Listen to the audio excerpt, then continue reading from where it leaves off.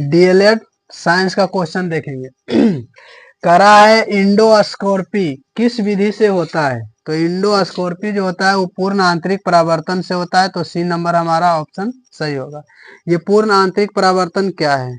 तो इसमें 2 बार परावर्तन और 1 बार अपवर्तन की क्रिया होती है, जिसके फलस्वरूप हम वस्तु का जो प्रकाश होता है प्रकाशमय दृश्य को आसानी से देख पाते हैं। परावर्तन क्या है? किसी बिंदु स्रोत से आती प्रकाश की किरणें कोई भी समतल सतह पर पड़कर जब लौट जाती हैं तो ये परावर्तन कहलाता है। अपवर्तन क्या है? किसी बिंदु स्रोत से आती प्रकाश की किरणें किसी समतल सतह पर पड़कर जब मुड़ जाती हैं तो ये हो गया अपवर्तन। अब जानेंगे दूसरा क्वेश्चन। करा आधुनिक अनुवांशिकता का सिद्धांत दिया, यानी आधुनिक अनुवांशिकता का सिद्धांत किसने दिया? Gregor John Mendel. जो ग्रेगर जॉन मेंडल थे ये पादरी थे और इनका जन्म ऑस्ट्रिया में हुआ था, तो ये नंबर ऑप्शन हमारा यहाँ से सही होगा। इन्होंने ही अनुवांशिकता के सिद्धांत को बारे में पहली बार बताया और इन्हें ही अनुवांशिकता का पिता भी कहा जाता है। ये डार्विन की क्या थे? तो डार्विन जो थे वो प्राकृतिक वंश सिद्धांत के जनक थे और लेमार्क जो थे, लेमार्क भी ये जीव विज्ञान से ही संबंधित वैज्ञानिक थे। आगे प्रकाश संश्लेषण के दौरान प्रकाश ऊर्जा रूपांतरित होता है, तो प्रकाश ऊर्जा जो होता है वो रासायनिक ऊर्जा में बदल जाता है। रासायनिक ऊर्जा अर्थात यहाँ से हमारा बी नंबर ऑप्शन सही होगा। रासायनिक ऊर्जा क्या होता है? तो पौधों में भोजन बनने की जो क्रिया होती है उसी को हम बोलते हैं रासायनिक ऊर्जा।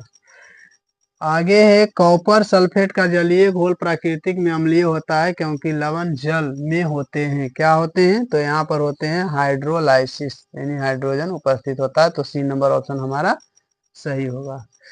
आगे है रॉकेट किस सिद्धांत पर कार्य करता है? तो रॉकेट जो होता है वो संवेग संरक्षण सिद्धांत पर काम करता है, तो बी नंबर ऑप्शन हमारा यहाँ से सही होगा।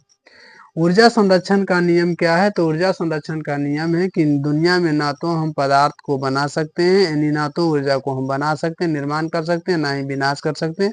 केवल एक रूप से दूसरे रूप में हम बदल सकते हैं, इसी को ही हम बोलते हैं ऊर्जा संरक्षण का नियम। आगे है थर्मस फ्लश का रंजित तल उष्मा के आंतरण को रोकता है, तो चालन को रोकता है। यहाँ से सी नंबर हमारा ऑप्शन सही होगा। आगे कह रहा है सूक्ष्म पदार्थ जिसे प्रकाशीय सूक्ष्मदर्शी की सहायता से स्पष्ट रूप से देखा जा सकता है, ये क्या है? तो ये जो होते हैं माइक्रोमीटर होते हैं। हमारा जो बी नंबर ऑप्शन होगा वो बिल्कुल सही होगा। आगे पानी का बुलबुला किस कारण से चमकता है? तो पानी का जो बुलबुला चमकता है वो पूर्ण आंतरिक परावर्तन के कारण चमकता है, तो बी नंबर ऑप्शन हमारा सही होगा। आगे कह रहा है प्रकाश की गति सबसे कम होती है, तो प्रकाश की गति जो होगा वो कांच में सबसे कम होगा। हमारा डी नंबर ऑप्शन यहाँ सही होगा। जबकि वायु या निर्वात की बात हो तो ये दोनों में लगभग होता है और इसका जो होता है 3 लाख किलोमीटर प्रति सेकंड होता है, जबकि जल में जो होता है वो 2,25,000 किलोमीटर प्रति सेकंड होता है और कांच में जो प्रकाश की चाल होती है 2 लाख किलोमीटर प्रति सेकंड होता है। तो सबसे ज्यादा चला किसमें? तो सबसे ज्यादा चला निर्वात या वायु बोल सकते हैं और उसके बाद जल में और सबसे कम कांच में। जितना ठोस में जाएंगे उतना प्रकाश कम चलेगा। और ध्वनि जो होता है प्रकाश के उल्टा होता है, वो वायु या निर्वात में नहीं चलती है, सबसे ज्यादा ठोस में चलती है। आगे सहसंयोजक बंधन मुख्यतः पाए जाते हैं।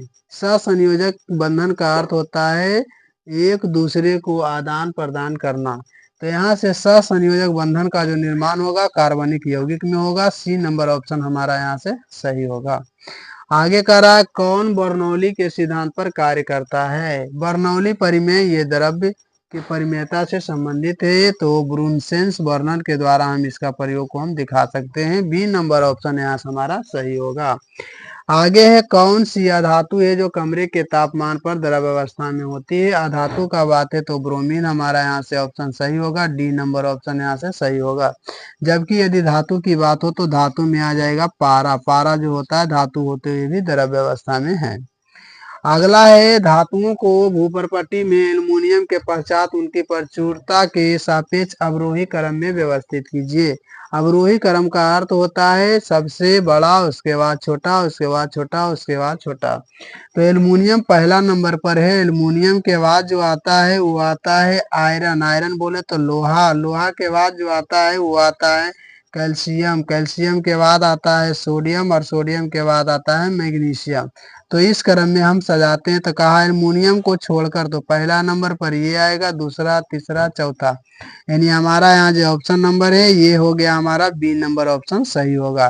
पहला में आयरन है, दूसरा में कैल्शियम है, तीसरा में सोडियम, फिर मैग्नीशियम है। अगला क्वेश्चन कह रहा है विरंजक चूर्ण के प्रयोग द्वारा कपड़े में विरंजन प्रक्रिया में वर्णक पदार्थ हो जाता है। क्या होता है? तो ऑक्सीकृत हो जाता है। यानी यहाँ पर जो है कपड़े में विरंजन की क्रिया यानी ऑक्सीजन की उपस्थिति में ऑक्सीकृत हो जाता है। आगे है नींबू का खट्टा, मतलब नींबू को खट्टा कौन बनाता है? तो नींबू को जो खट्टा बनाता है वो सिट्रिक अम्ल है। सिट्रिक अम्ल के कारण ही नींबू खट्टा होता है। तो बी नंबर ऑप्शन हमारा यहाँ सही होगा। हाइड्रोक्लोरिक अम्ल जो होता है वे मानव शरीर में पाए जाते हैं जिसके कारण भोजन का पाचन होता है। एसिटिक अम्ल जो पाया जाता है ये अचार में पाया जाता है और टर्टरिक अम्ल जो होता है ये इमली में पाया जाता है। तो इस प्रकार हम इन सभी प्रश्नों को आसानी से मतलब हल कर सकते हैं या याद रख सकते हैं। आगे है मेडुला ऑब्लोंगाटा मानव के किस अंग का हिस्सा है? यानी मेडुला ऑब्लोंगाटा मानव के किस अंग का हिस्सा है? तो ये जो हमारा है मस्तिष्क का है। तो यहाँ से ऑप्शन नंबर बी हमारा सही होगा। अगर आ जाए पेरिकार्डियम, तो ये पेरिकार्डियम जो होता है वो हृदय का हिस्सा होता है। और लीवर या जिगर बोले तो इसी को यकृत बोलते हैं। और यौन अंग यानी कि बाह्य जनन अंग को ही हम यौन अंग कहते हैं। आगे भ्रूण वृद्धि को किसके द्वारा उत्तम मॉनिटर किया जा सकता है? किसको हम मॉनिटर कर सकते हैं, सुन सकते हैं? तो भ्रूण की वृद्धि को हम जो सुन सकते हैं वो स्टेथोस्कोग्राफ से सुन सकते हैं। इसी को बोला जाता है सोनोग्राफी। तो हमारा ऑप्शन नंबर यहाँ सी हो गया।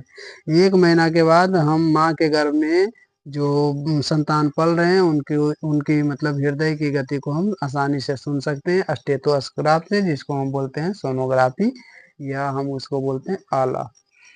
आगे है बहिस्रवी ग्रंथि का उदाहरण कौन है? बहिस्रवी ग्रंथि जो होता है उसमें नली का निर्माण नहीं होता है। तो हमारा ऑप्शन नंबर डी होगा जो यहाँ से लार कहलाता है। ये सभी जो हो गए अंतःस्रवी ग्रंथि के उदाहरण है। आदमी में कपाल तंत्रिकाओं की संख्या होती है। तो कपाल तंत्रिकाओं की 10 जोड़ी संख्या होती है। तो बी नंबर ऑप्शन हमारा यहाँ से सही होगा। आगे हार्मोन हो सकते हैं। हार्मोन क्या होते हैं? तो हार्मोन जो होते हैं वो प्रोटीन या स्टेरॉयड या पॉलीपेप्टाइड के बने होते हैं। तो 20 नंबर का जो हमारा ऑप्शन नंबर डी होगा ये सही होगा।